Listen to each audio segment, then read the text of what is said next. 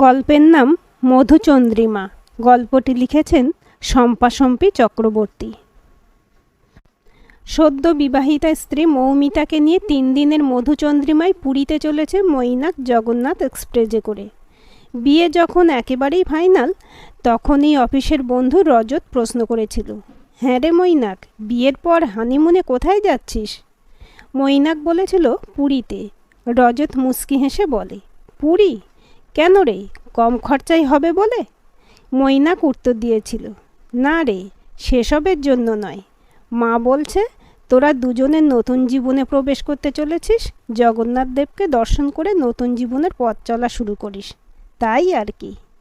রজত মুচকি হেসে বলেছিল, তা ভালো। একটু থেমে, বিয়ের পর নতুন বউয়ের শরীরে নোনা জল পড়া ভালো, তাতে। কথাটা শেষ করতে দেয়নি মৈনাক, বলে উঠেছিল, তোর সব বাজে কথা। রজত বলেছিল, আচ্ছা আচ্ছা, দেখব 6 মাসের মাথায় বাবা হচ্ছিস, তা যদি না শুনেছি তো আমার নাম রজত কুণ্ডু নয়। মৈনাক সলজ্জ হাসি হেসেছিল। সম্বন্ধটা এনেছিল রাঙা পিসিমা। মা রেণুকা দেবী মেয়েটির ফটো এনে দেখিয়েছিল মৈনাক অফিস থেকে ফেরার সঙ্গে সঙ্গেই। রেণুকা দেবী বলেছিলেন, বাবু ছবিটা দেখ, তোর রাঙা পিসিমা সম্বন্ধটা এনেছে। ভবানীপুরের মেয়ে, বাবা মায়ের এক মেয়ে, MSc পাশ করেছে, কোনো একটা স্কুলে যেন শিক্ষকতা করে। রেণুকা দেবী কথাগুলো এক নিঃশ্বাসে বলে যাচ্ছিলেন। থামিয়ে দিল মৈনাক।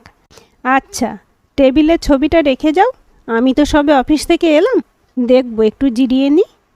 কথাগুলো একটু বিরক্ত সহকারেই বলেছিল মৈনাক। রেণুকা দেবী একটু ক্ষুণ্ণ হলেন, কিন্তু হাল ছাড়লেন না।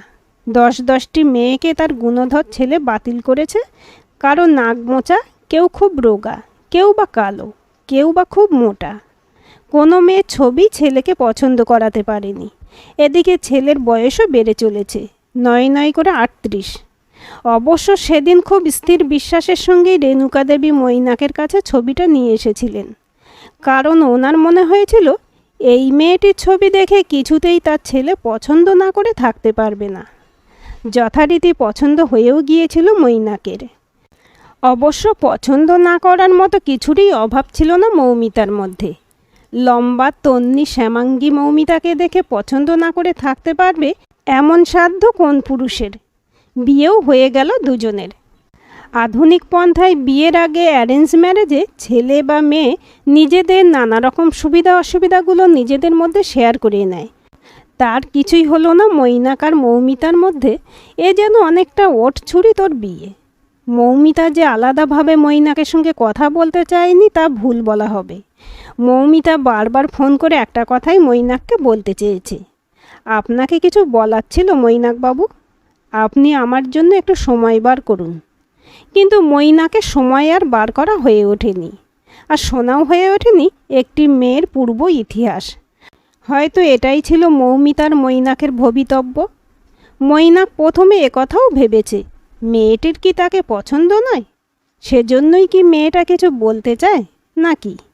পরক্ষণেই নিজের মনকে এই বলে আত্মস্থ করেছে, না না, তাহলে বিয়ে করছে কেন? রাঙা পিসিমা তো বলেছে মেয়েটা খুব ভালো। যত সব বাজে চিন্তা বলে ঝেড়ে ফেলে দিয়েছে মৈনাক। বউ ভাতের 2 দিন পরেই হানিমুনের ডেট ঠিক করা ছিল মৈনাকের। অবশ্য বুদ্ধিটা দিয়েছিল সুজয়, ছোটবেলাকার বন্ধু। বলেছিল, বিয়ের পরপরই হানিমুনটা সেরে নিস মৈনাক, তাতে আনন্দটা বেশি। জগন্নাথ এক্সপ্রেস যখন পুরী স্টেশনে ঢুকলো, তখন হাতের ঘড়িটার দিকে তাকালো মৈনাক। সকাল 5:30 বাজে। জানলার ধারটি ঘেঁষে এতক্ষণ বাইরের দিকে তাকিয়েছিল মৌমিতা। স্টেশনে ট্রেন ঢুকতেই উঠে দাঁড়ালো। মৈনাক বলে ওঠে, ব্যস্ত হয়েও না। মৌমিতা নিজের ব্যাগটা কাঁধে তুলে নিল, কোনো কথা না বলে এগিয়ে যেতে লাগলো ট্রেন থেকে নামার গেটের কাজটিতে। বিয়ের দিন থেকে ফুলশয্যার দিন পর্যন্ত তেমনভাবে কোনো কথাই বলেনি মৌমিতা। মৈনাক বারবার চেষ্টা করা সত্ত্বেও তেমনভাবে নিজের বিবাহিত স্ত্রীর সঙ্গে আলাপ জমাতে পারেনি 3 দিন ধরে।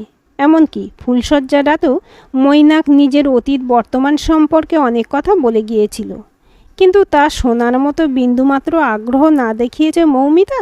বরং বলে উঠেছিল, আমার আপনাকে কিছু বলার ছিল মৈনাকবাবু, কিন্তু মৈনাক তাতে তেমন উৎসাহ দেখায় না, বরং নিজের অতীত বলতে সে ব্যস্ত হয়ে পড়লে তখন বাধ্য হয়ে মৌমিতা বলে ওঠে, আলোটা নিভিয়ে দিন মৈনাকবাবু, চোখে আলো লাগলে আমি ঘুমাতে পারি না। মৈনাক এই রাতটা নিয়ে অনেক স্বপ্ন দেখেছিল বিয়ে ঠিক হয়ে যাবার পর থেকে। বন্ধুরাও অনেক রকমের পরামর্শ দিয়েছিল এই রাতের জন্য, কিন্তু কোথায় কি, সবই যেন নিভে গিয়েছিল কেমন। পুরী স্টেশনে ট্রেন ঢুকতেই মৌমিতা নেমে পড়ল। মৈনাক লক্ষ্য করল মৌমিতা স্টেশনে নেমেই এদিকে ওদিকে তাকাতে লাগলো, এমনভাবে যেন কারোকে খুঁজে চলেছে ওর চোখ মুখ। মৈনাক বলে উঠল, চলো এবার হোটেলে যাব তো। মৈনাকের কথায় সম্বিত ফিরে পেয়ে মৌমিতা বলে ওঠে, আপনি কি জানেন স্বর্গদ্বার কোন দিকে? হ্যাঁ জানি, আমরা তো ওদিকেই যাব, মানে আমাদের হোটেলটা ওদিকেই। মৈনাকের মনে হলো যেন মৌমিতা কথাটা শুনে খুব খুশি হলো, কিন্তু মৌমিতার খুশি হওয়ার কারণটা কি অবশ্য তা ভেবে পেল না মৈনাক। হোটেলের কাছে গাড়িটা যখন এসে দাঁড়ালো তখন মৈনাক হাত ঘড়ির দিকে তাকিয়ে দেখল 7:05। হোটেলের ছেলেটি ঘর খুলে দিল। মৌমিতা ঘরে ঢুকেই লাগোয়া ব্যালকনির দরজাটা খুলে দিতেই ঘরে ঢুকে পড়ল এক চিলতে রোদ। ব্যালকনি থেকে সমুদ্রটাকে কত কাছে মনে হলো মৈনাকের। মৌমিতার পাশটাতে দাঁড়িয়ে মৈনাক বলে ওঠে, আজ সমুদ্রে চান করব। মৌমিতা কোনো উত্তর দিল না। মৈনাক আবার লক্ষ্য করল মৌমিতার চোখ যেন কাকে খুঁজে বেড়াচ্ছে। বিকেলের দিকে সূর্যাস্ত যখন হব মৈনাক মৌমিতাকে বলে ওঠে, চলো একটু সি বিচের কাছে যাই। মৌমিতা বিছানার এক কোণে বসে কোনো একটা ম্যাগাজিন নিয়ে দেখছিল। মৈনাকের কথায় হ্যাঁ বা না কোনো উত্তর দিল না, যেমনভাবে ম্যাগাজিনে মনোনিবেশ করেছিল সেভাবেই থেকে গেল। মৈনাক আবার বলে উঠল, চলো না যাই, একটু সমুদ্রের ধারটাতে ঘুরে আসলে ভালো লাগবে। মৌমিতা ম্যাগাজিন থেকে মুখ তুলল, একটু কঠিন স্বরে বলে উঠল, আপনি কি করে বুঝলেন আমার ভালো লাগবে? আমার কিসে ভালো লাগবে আর কিসে ভালো লাগবে না আপনি কি জানেন? মৌমিতার এই রকম প্রত্যুত্তরে প্রস্তুত ছিল না মৈনাক। একটু থতমত খেয়ে বলে ওঠে, না আসলে আজ সেই সকাল থেকে হোটেলে বসে আছি, মাঝে একবার খেতে বের হওয়া ছাড়া তো আর বাইরে যাওয়া হয়নি, তাই ভাবছিলাম। একটু চাপা স্বরে কথাগুলো বলে ওঠে মৈনাক। কিছু সময় কেটে গেছে। মৈনাক লক্ষ্য করল মৌমিতা চুপ করে কি যেন ভাবছে। তারপর মৌমিতা বিছানা ছেড়ে উঠে দাঁড়ালো, আস্তে আস্তে এগিয়ে এলো মৈনাকের দিকে। মৈনাক এতক্ষণ ব্যালকনিতে রাখা চেয়ারে বসে কথাগুলি বলছিল। মৌমিতাকে তার দিকে এগিয়ে আসতে দেখে একটা অজানা আনন্দ অনুভব করল। মনটা তার বলে উঠল, এবার হয়তো। উত্তেজনায় বুকটা মৈনাকে ধুকপুক ধুকপুক করতে লাগলো। কিন্তু কোথায় কি, মৌমিতা তার চেয়ারের পাশ কাটিয়ে ব্যালকনিতে গিয়ে দাঁড়ালো। মৈনাক একটা ছোট্ট নিঃশ্বাস ফেলল। রাতে খাওয়া সেরে মৈনাক মৌমিতাকে নিয়ে যখন হোটেলে ফিরল, ঘড়ির কাঁটা বলছে রাত 9:30। মৌমিতা বাইরের পোশাক ছেড়ে রাতের পোশাক পরে নিল, হালকা নীল রঙের গাউন। মৈনাকও বাইরের পোশাক ছেড়ে রাতের পোশাকটা পরে নিল। ঘরের জোরালো লাইটটা নিভিয়ে দিয়ে জ্বালিয়ে দিল নীল রঙের নাইট ল্যাম্প। মৈনাকের মনে হলো ঘরটার পরিবেশটা হঠাৎ করেই যেন বদলে গেল, একটা মায়াপুরীর আকার নিল, আর সেই মায়াপুরীর রাজকন্যা যেন মৌমিতা। নীল বসনা মৌমিতা নীলাভ ঘরের পরিবেশে মৈনাকের ভিতরটা উন্মাদ করে দিতে লাগলো। মনে হলো এক ঝটকায় কাছে টেনে নিয়ে মৌমিতাকে বলে, আমায় একটু ভালোবাসো মৌমিতা। আমি যে আজ পর্যন্ত কোনো মেয়েকে স্পর্শ তো দূরে থাক, চোখ তুলেও তেমনভাবে দেখিনি। মন বলে উঠল, আর দূরে সরিয়ে রেখো না আমাকে মৌমিতা। একটু স্পর্শ পাওয়ার জন্য পায়ে পায়ে মৈনাক এগিয়ে যেতে লাগলো মৌমিতার দিকে। মৌমিতা বিছানায় শায়িত, মোবাইলটা হাতে নিয়ে খুব মনোযোগ দিয়ে কী যেন দেখছে। মৌমিতার হাতে মোবাইলটা বেজে উঠল। মৈনাক লক্ষ্য করল এই 4 দিন ধরে যে মৌমিতাকে সে দেখে আসছে এ যেন সে নয়। ফোনটা আসার সঙ্গে সঙ্গে এক লহমায় বদলে গেল ওর শরীরী ভাষা।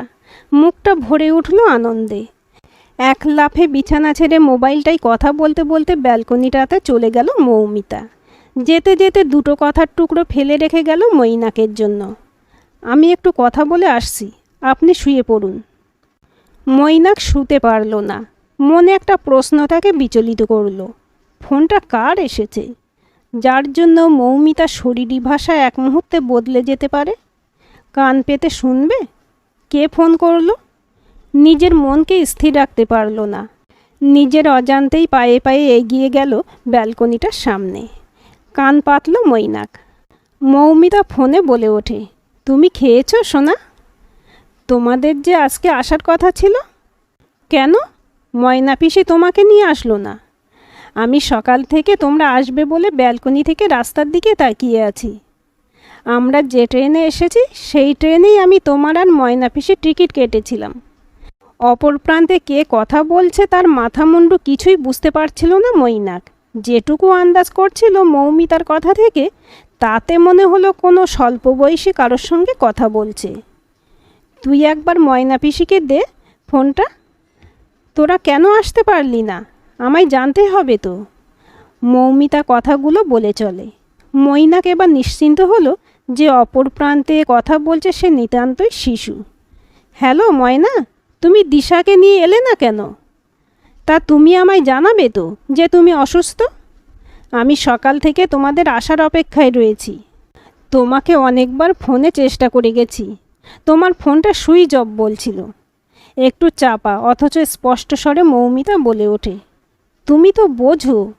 একটু থেমে, আমি ওর মা। হঠাৎ প্রচণ্ড জোরে নিজের অজান্তে কানের সামনে বোমা ফাটলে যেমন আমরা চমকে উঠি, সেই রকমই চমকে উঠল মৈনাক। চমকানোর ধাক্কা এতটাই তীব্র যে মৈনাক সজোরে দরজায় ঠেস দিয়ে বসে পড়ল। আওয়াজটা মৌমিতার কান পর্যন্ত পৌঁছানো মাত্র মৌমিতার হাত থেকে মোবাইলটা মাটিতে পড়ে গেল। মৌমিতা দেখল মৈনাক দরজায় ঠেস দিয়ে তার দিকে বিস্ফারিত নেত্রে তাকিয়ে আছে। মৌমিতা মাটিতে পড়ে যাওয়া মোবাইলটাকে হাতে তুলে নিয়ে ব্যালকনি থেকে ঘরে ঢুকে এলো। বিছানার পাশটিতে রাখা চেয়ারটায় বসে পড়ল মৌমিতা। মৈনাক ঘরের জোরালো লাইটটা জ্বালাতে গেলে মৌমিতা বলে ওঠে, জ্বালাবেন না লাইটটা মৈনাক বাবু, আপনাকে আমার কিছু বলার আছে, যেটা আলোর রোশনাইতে বলা যায় না। মৈনাক দরজার সামনে বসে পড়ল।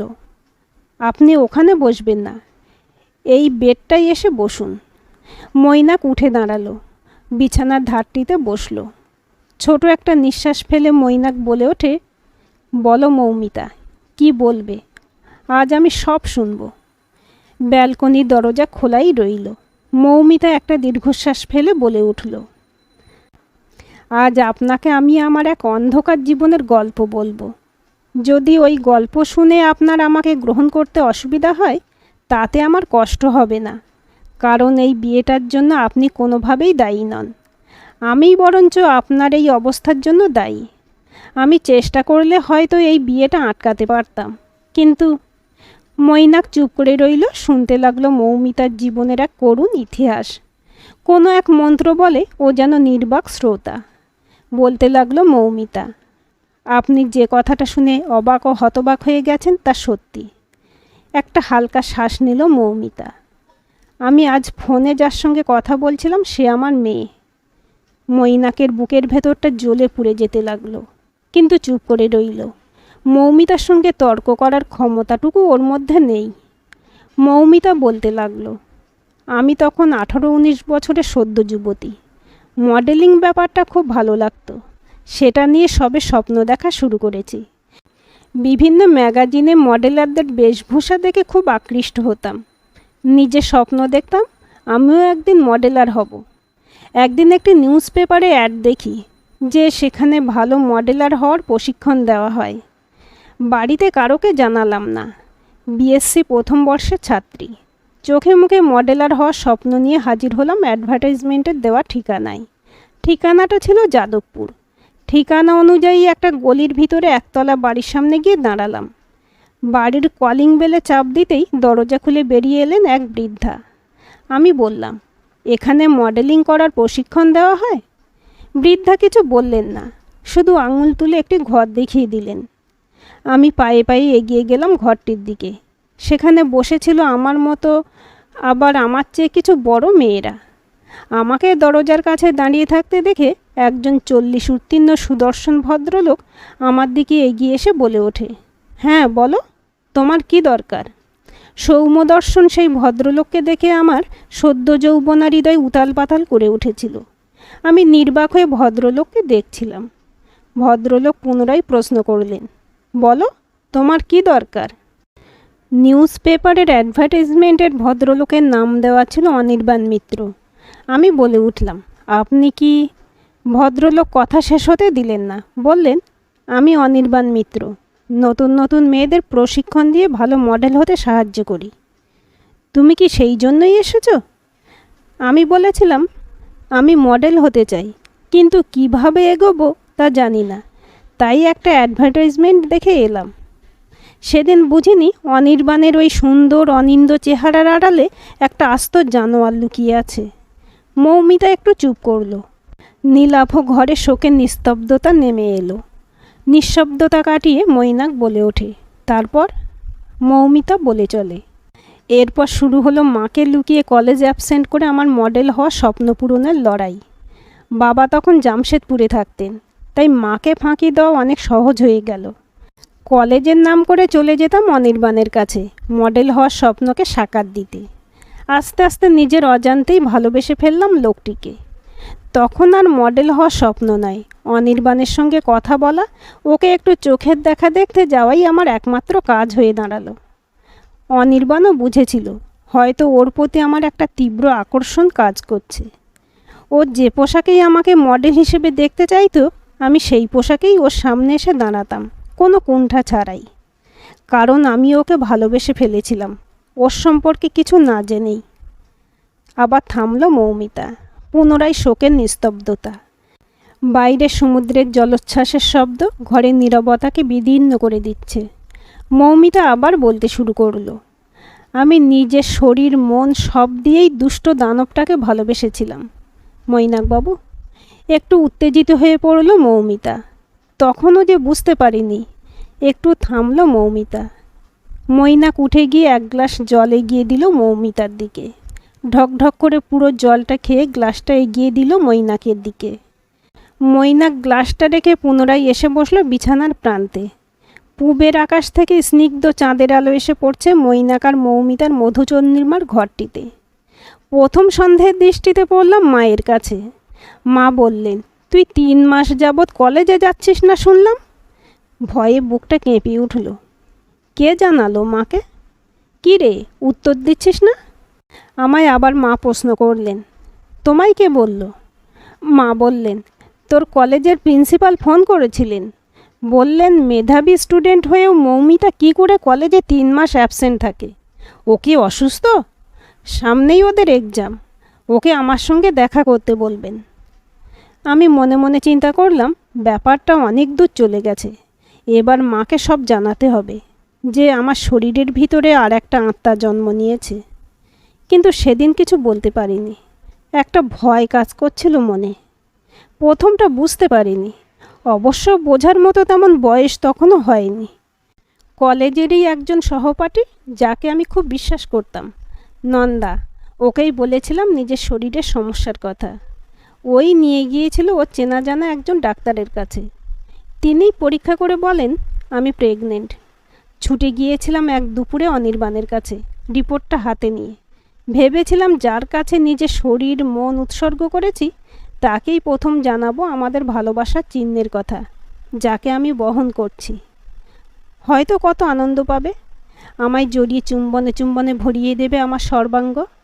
আবেগ মিশ্রিত গলায় বলে উঠবে, আমরা এবার বিয়ে করব, আমাদের ভালোবাসার প্রতীককে মর্যাদা দেব বিবাহের মাধ্যমে। কিন্তু কোথায় কি? একটা দীর্ঘশ্বাস পড়ল মৌমিতার। আবার খানিকক্ষণের নিস্তব্ধতা। আবার বলতে শুরু করলো মৌমিতা তার পূর্ব ইতিহাস। যাদবপুরের যে একতলা বাড়িটায় অনির্বাণ থাকতো সেখানে উপস্থিত হলাম।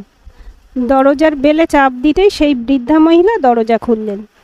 এই 3 মাস যাবৎ মহিলাকে তেমনভাবে আমি দেখতে পাইনি। অবশ্য বেশিরভাগ দিনই আমি দুপুরের দিকেই যেতাম। ভদ্রমহিলা হয়তো ঘুমাতেন। দরজা অনির্বাণই আমায় খুলে দিত। সেদিন অবশ্য আমি একটু তাড়াতাড়ি গিয়েছিলাম, তাই ভদ্রমহিলা হয়তো দরজা খুলেছিলেন মনে হয়। তোমার নাম কি মৌমিতা? ভদ্রমহিলা বলে ওঠেন। হ্যাঁ, আমি মৌমিতা রায়। তোমার জন্য অনির্বাণ একটা চিঠি আর একটি ফটো রেখে গেছে। দাঁড়াও আনি। আমি চিন্তা করলাম, চিঠি? তাহলে কি অনির্বাণ কোথাও গেছে কদিনের জন্য? কিন্তু আমায় জানালো না কেন? আমার মোবাইল নাম্বার তো ওর কাছে আছে। আকাশ পাতাল ভাবছি। ভদ্রমহিলা হাতে একটা খাম নিয়ে আমার সামনে এসে দাঁড়ালেন। এই নাও, যাওয়ার সময় এটা দিয়ে বলে গেছে মৌমিতা রায় বলে কেউ এলে দিয়ে দেবেন। ভদ্রমহিলা কথাগুলো বলে আমার হাতে খামটা দিয়ে দরজা দিতে যাচ্ছিলেন।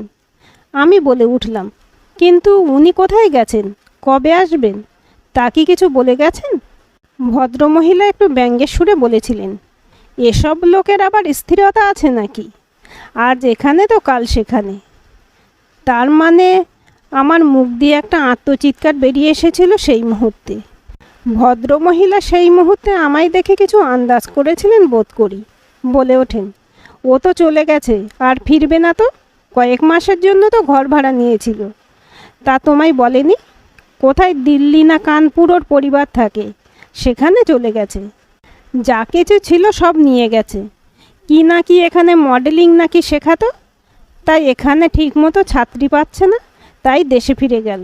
যাকগে, তুমি এখন যাও, আমার কাজ আছে, দরজা বন্ধ করব বলে ভদ্রমহিলা দরজা বন্ধ করে দিয়েছিলেন।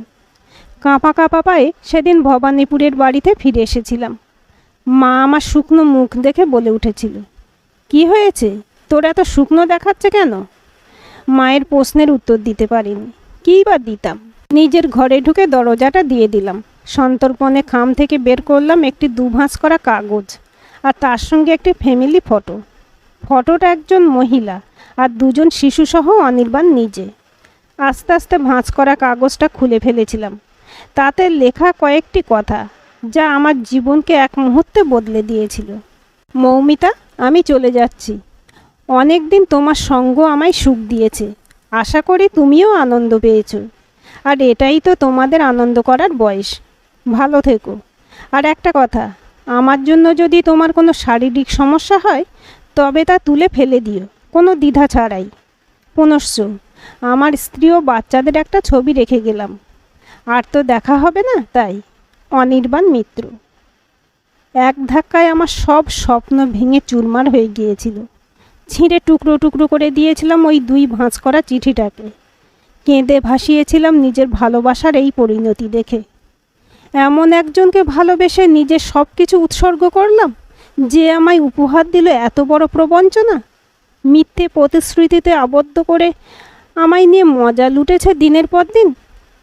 ঘৃণা, লজ্জা, নিজের নির্বুদ্ধিতা, নিজের কম বয়সের আবেগ, সব কিছুকে দায়ী করে সেই মুহূর্তে মনে হয়েছিল নিজেকে শেষ করে দিই।